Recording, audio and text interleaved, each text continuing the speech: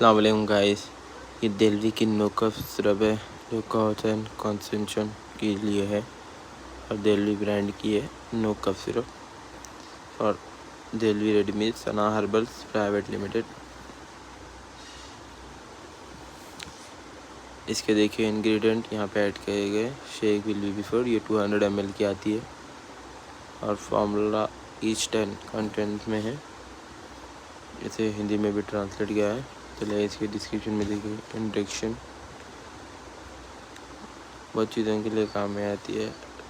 Lungs के share, cause के chair, smoker, टंग। 185 MRP है, जो 2 स्पून लेना है इसे। इसका MRP 185 है। अगर आपको चाहे तो बिग डिस्काउंट में मिलेगा आपको ये। अगर आपको चाहे तो मुझे DM करिए। मेरा व्हाट्सअप नंबर भी दिया है मैंने, उस पर मुझे मैसेज कीजिए।